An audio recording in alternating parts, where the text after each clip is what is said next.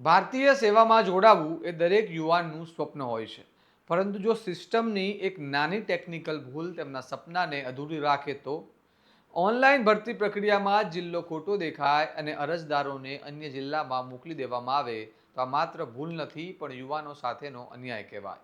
આવો વિગતે વાત કરીએ સમગ્ર મામલા વિશે આ અહેવાલમાં. નમસ્કાર, હું ચિરાગ વર્ષાબેન. આપ જોઈ રહ્યા છો સ્વમાન. ધાનેરાના ધારાસભ્ય માવજીભાઈ દેસાઈએ બનાસકાંઠા જિલ્લા કલેક્ટરને પત્ર લખી ગંભીર મુદ્દો ઉઠાવ્યો છે. ઇન્ડિયન આર્મી અગ્નિવીર ભરતીની ઓનલાઈન પ્રક્રિયામાં ધાનેરા તાલુકો સિલેક્ટ કરતા તે વાવથરા જિલ્લામાં દર્શાતો હોવાની ફરિયાદ સામે આવી છે, જેના કારણે ધાનેરાના અનેક અરજદારો અવઢની સ્થિતિમાં મુકાયા છે. કારણ કે જિલ્લો બદલાતા તેમની ભરતી પ્રક્રિયા, દસ્તાવેજ ચકાસણી અને અન્ય કાર્યવાહી પર અસર પડી શકે છે.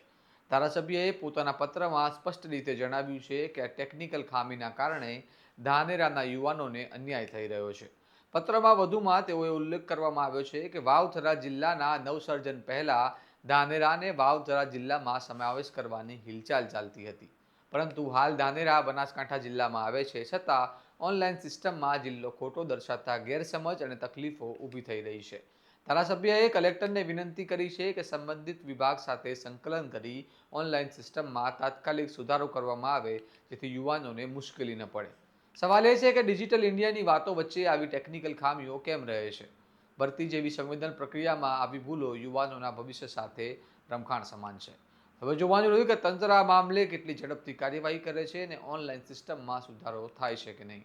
તમારું આ મામલે શું મંતવ્ય છે તમને કમેન્ટ બોક્સમાં જણાવો અને આ પ્રકારના વિગતવાર અને વિશ્લેષણવાળા સમાચાર માટે સ્વમાનની ચેનલને સબસ્ક્રાઇબ કરવાનું ભૂલતા નહીં. નમસ્કાર.